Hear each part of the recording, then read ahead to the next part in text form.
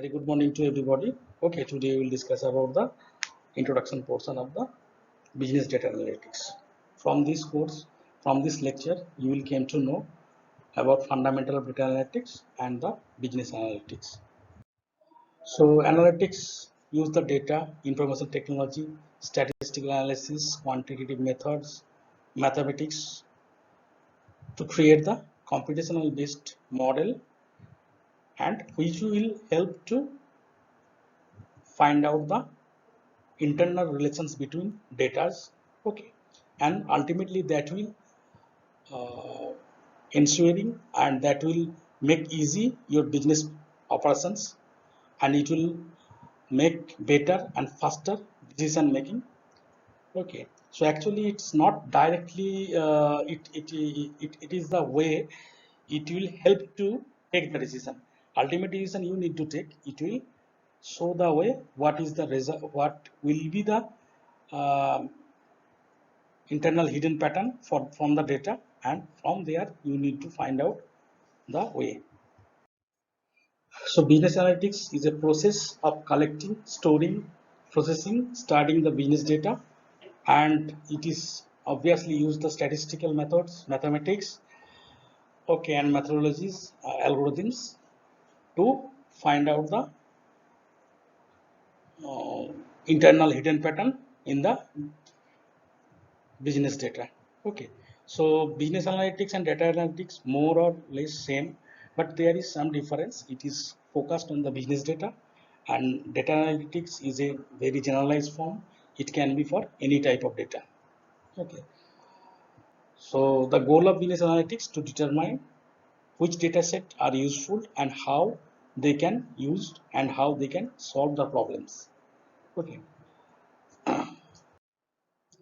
now you can find out two terms very ably used. One is business analytics, short form is BA. Another is business intelligence, that is BI. It anonymously used in the place of BI, we have used BA, and in the place of BA, we have used BI. Okay, lot of times it is used for referring the same things, but it having some difference. Business analytics is more focused on how to analyze the data, what is the data pattern, how to use the data, all that way. And intelligence is more focused on how to show the result, how to visualize the analysis result. Okay, so but it is not that if you are expert in intelligence, you don't have any idea about analytics. This is not that things. You need to have idea on both. Okay, both are jointly used, but intelligence, business intelligence, more focus on how to visualize the data. Okay, so first you have to perform the analysis. From that analysis you will get some result. Now BI portion is came into the focus, how to presenting that result in front of the user, how to visualize that result. So that's the difference. Okay, it is a very minimum difference. Okay, so this is the simple applications area. You can apply for the management, customer relationship, finance and marketing activity, market basket analysis, supply chain management, human resource planning, fraud analytics.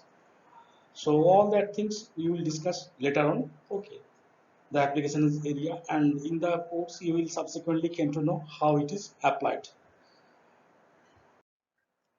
So there are three types of analytics. One is descriptive analytics, predictive, and perspective analytics.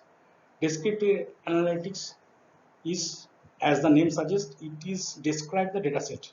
Okay, suppose I am giving one data set for your result analysis data set. So you have given one examinations, result is came, and I am going to analyze your result. From there I can analyze who is the topper, what is the lowest marks, how many percentage of student getting more than 80% marks, all that things, what is the standard deviations. So these are the descriptive. Because why it is named, because you have a data set, that is the result data set, and you have finding different descriptions of that data. What is the minimum, what is the maximum, what is the average, what is the standard deviations. Okay, all of the basically descriptions of the data. Then predictive analysis.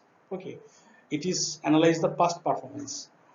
So it, as the name suggests, it will predict something. So suppose you have 10 years marketing data.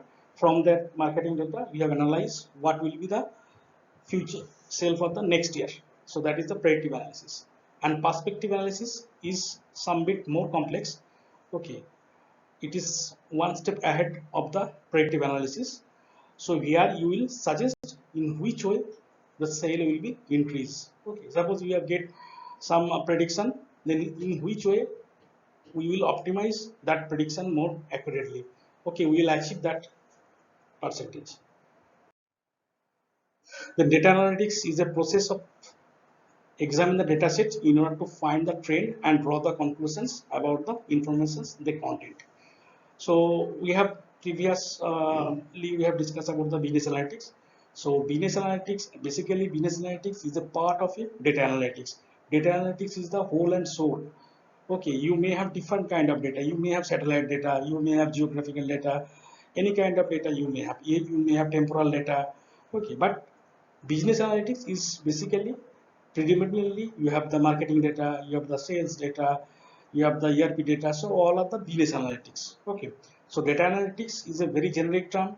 You having any kind of data, you are finding the data patterns, you are finding the hidden result, you are going to predict anything. Okay, so that is the data analytics. Okay, so business analytics is a subpart of a data analytics. Okay, here in the case of business analytics, you have to require some kind of domain knowledge of that particular business. Suppose you are going to analyzing the data for the garment sector, so you have to have know what is in different business logic of the garment sector. Okay, what is the competitor? So some kind of domain knowledge. Suppose you are going to analyze the car, going to predict the selling of a car. Okay, of a car brand. Okay, so you have to know the about the car industry. Okay, what is the pattern of the car customer pattern for the car industry? So all of the basically business related things. Okay, and data analytics is very much generic term. So data analytics will get you the data. Business analytics will get you the data for make the business decision. So data analytics work on more technical people within the company, and business analytics is basically cross-functional, working with the stakeholder also. So obviously, whenever you are going to for the domain knowledge, you have to know. So you have to work with, talk with the stakeholder. Okay, what the customers and all other parties. Okay, so it is more or less somehow you have to have required some amount of the business knowledge. So some example is annual report, accounting audit, financial profitability analysis, economic trend, market research, human resource management, all other things. So this is a simple example of the transactional data set. Okay, as you know all that things. So data are stored in a table formats. So all these things are called the records, and this is the field of the attributes, and this is the entities. Okay, so in that way you can store the data. Okay, it is a very old way to storing the data. It is basically storing the structured data. So data can be four different types. It is basically measurement scale: categorical, ordinal, interval, and ratio data. So let's discuss on that. So categorical data, as the name suggests, it will categorize the data. Like customer locations. Customer may be from America, Europe, Asia. So this is basically categorize the data into three different sets. Okay, this is classified into three different sets, like employee classification: manager, supervisor, associates. Okay, so this is the categorical data. Okay, so it's a different category having the different characteristic. Okay, so all that things. Then ordinal data, as you know that ordinal name is such, that is a order. That is also one kind of categorical data, but it having a quantitative relations in between the categories. Like I'm giving example, survey response. You may have poor, average, good, very good, excellent. Okay, so this is ordinal data. This is not categorical. Why? You may ask me, it is also categorized like poor user, average user, good user, very good user, excellent user. But one crucial thing is that poor user is worse than the average user. Good user is better than the average user. Very good user is better than the good users. So basically there is a relations. There is a order relations. So that's why it is called ordinal data. In the case of categorical data, they don't have any ordinal relations. So you cannot say that all the customer belongs from the America is better than the all the customer belong from the Asia. So there is no such relationship. Okay, but here is a relationship like student category first, second, third, fourth. So that will be the ordinal data. Okay, but student if you classify like girls, boys, so that will not a ordinal data. That will be categorical data because there is no relations girls and boys. Okay, no relation in the sense of order. No, you cannot say that all the boys are better than all the girls. This is relation is not practically possible. Okay. So next kind of data is the interval data. So ordinal data, but don't have any constant 0 point. No true zero value, it is called interval data. Like giving one example, temperature reading. Though there is a value 0, okay, that 0 degree temperature is possible. But 0 degree temperature is not a absolute 0. That means -1 also possible, -2 also possible. So that is called interval data. Okay, there is a specific interval, but there is no true 0 point. Then ratio data. Ratio data is basically having the continuous value, having a natural 0 point. Okay, just a monthly sale. Monthly sale is maybe 10 rupees, maybe 20 rupees, maybe 30 rupees. But 0 rupees sale also possible. But -1 rupee sale mathematically possible, but there is no physical significance. Okay. Delivery time, it's maybe 0 minute also can be possible, 0 second also can be possible, theoretically can be possible, but -1 second it cannot be possible.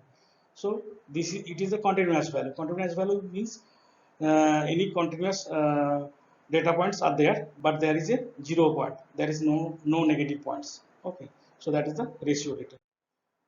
Data also can be divided into three different types as per its orientation, like structure, unstructured, and semi-structured.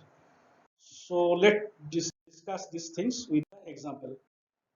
So this is the unstructured data. Why this is unstructured data? Because it is not following any structure. It's not following any orientations. Okay. This is the semi-structured data. It's following a user-defined orientations. This is XML data. So tags are defined by the users, and you put the data here. And these are structured data. It's stored in a tabular fashions. Okay. So it following a predefined orientations. Okay. So these are structured data. So basically, this is unstructured data. It is written into the running text. So analysis on that data is very difficult as compared to the structured data. So you can fetch the structured data using some SQL queries. Easy queries you can run on that. Okay, but here it can be written in any order. Like here I am writing down that the university had 560 students. I can write in this sentence in different way, like 560 students enroll into the university. Both are expressing the same meaning, but sentences are completely different. So unstructured data, analysis on the unstructured data is very difficult as compared to the structured data. Okay, and semi-structure is also quite difficult. Okay, but it's not as much difficult as the unstructured data. It is a medium. Okay, and moreover, it should be mentioned that in our world we have to analysis on unstructured data because it is known that 80% data are unstructured.